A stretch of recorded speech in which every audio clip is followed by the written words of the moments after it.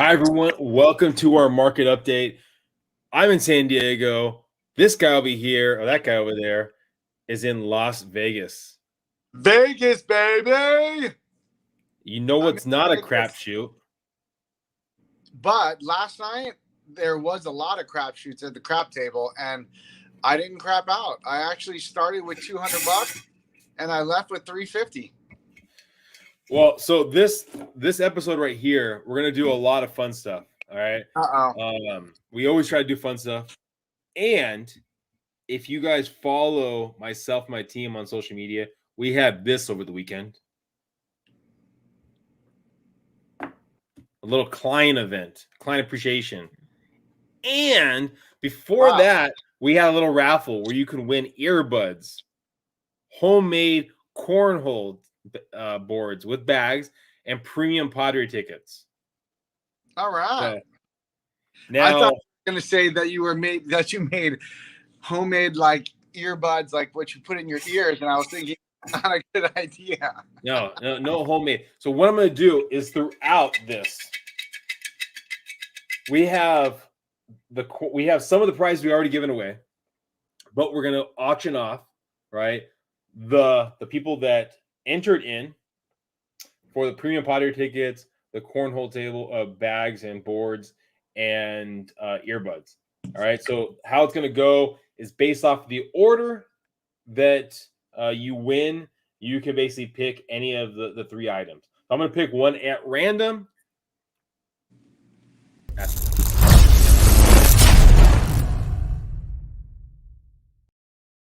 All right. Boom. So this is the first one right here. First one. Oh, pick a winner. Winner, chicken dinner. I hope I'm the winner. If I win, we know it's fixed. Christina Mendoza. Ooh. Christina Mendoza. So I'm going to put that by the side, and we'll get to the other two later. All right. Tell us about the market while we're getting into this, Dave. So a lot of things went on this week, and there are things that you should really take note of. And the reason why you should take note of it is because we still have a lot of people saying the housing market is going to crash. We still have a lot of people saying, don't worry, values are going to plummet 20, 30% at any moment. And so this week we had housing starts come out, and guess what? They were down. Then we also had applications for housing permits. They were also down. Housing starts were down 7%. Housing permits, and that what I mean is people applying for permits to build single family homes was also down 2%. Now, you can ask yourself, how does that affect me? Well, if they're not building more housing and they're not starting more permits, that creates a demand problem again and a supply problem. So still high demand, still lower supply, even though if you've been paying attention to our market updates, you'll notice supply is increasing, but we still do not have enough for a normalized market. Then the other thing that happened this week, on Wednesday, the Fed had gotten together and they're talking about their Jackson Hole meeting that's going to come up. And they're saying they're going to start tapering buying mortgage-backed securities. What does that mean to you? Well, when the Fed stops buying mortgage-backed securities, interest rates go up. They also discussed that inflation, shocker, is a problem. They don't understand it, but that's also a problem. So if they taper buying mortgage-backed securities and inflation continues to go up, you will get higher rates. Sorry to be the bearer of bad news. And that was this week in the market. It was very exciting, but rates overall is still really good, but we'll circle back to that. Been talking about inventory. All right, we've been consistently getting at that 1,000 mark. Remember, as you go farther away from the date that the properties hit the market, usually that number trickles up a little bit. So even as we're at the 1,000 mark, we're getting closer to the 900. Last week, 833. That'll probably jump up into the nines also. How does that affect across the board? We've been teetering on above 3,000, a little below 3,000, above 3,000, a little below 3,000. So we still need to get back up there, get a little higher. forbearances, the moratorium on evictions, at least in California, supposedly are ending end of next month, September 30th. You know what else, Vinny? I forgot to mention this, but for those of you who also thought that there's a giant foreclosure wave coming from all the people going into forbearance, there's less people in forbearance now, which means they started repaying their mortgage, and you don't have a giant wave of foreclosures coming. So a lot of the doomsdayers out there, it's not a good day for them today. All right, well, so let's get into another raffle.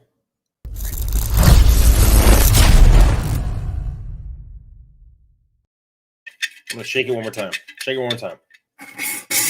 Shake it like a salt shaker. Mind you, you can't win twice. So Christina Mendoza, if it's you again, we put it back in. Oh man, I lost that ticket. Uh-oh. Amanda and Brandon Deal. All right. There we go. Second one. All right. We got a comment. Let's see. We got a comment. The people in forbearance can just sell because they literally aren't upside down in the property in the market.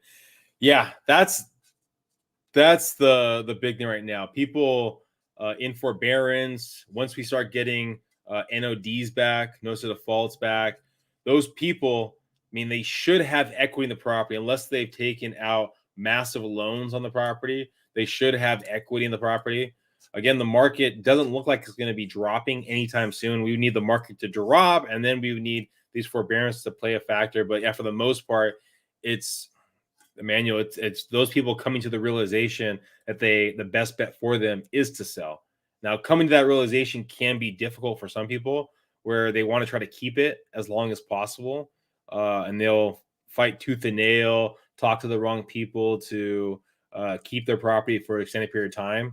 But yes, in this current climate, if you're in default, have an issue in forbearance, you should have the ability to sell and start a new path for yourself.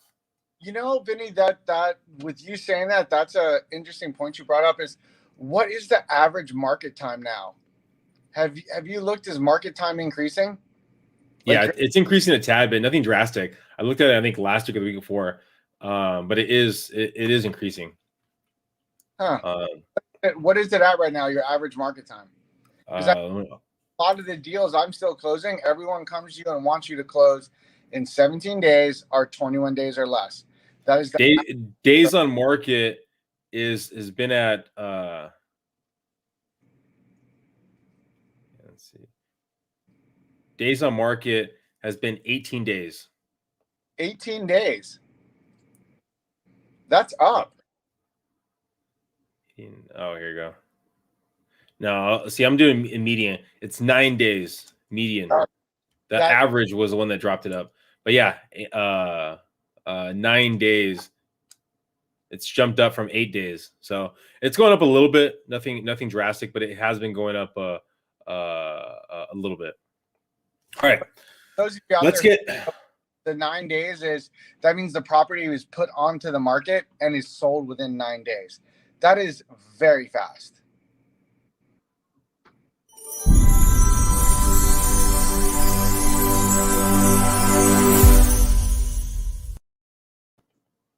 All right, so we're trying to give prizes away. Okay, we're gonna get this question right here. What is the oldest hotel in Vegas? First one to text myself or David will win.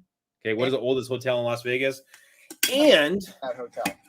One last goodie right here. One last goodie. I'm gonna shake it all good right there. All right.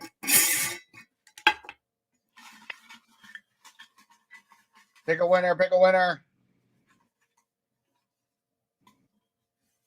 All right, let's see. Nikki Miller. There you go. All right, so that's the order. Christine Mendoza, Nikki Miller, or Christine Mendoza, Amanda Brandon, and Nikki Miller. All right. So thank you guys. We want to keep it under 10 minutes. And hope you guys have a great rest of your day. Any last words? Vegas is a very unique town, my friend, and I haven't been here in 6 years, and this is the first time back in 6 years, and it is still crazy town here. let's finish on that. Crazy town. Enjoy your weekend. Bye, everyone.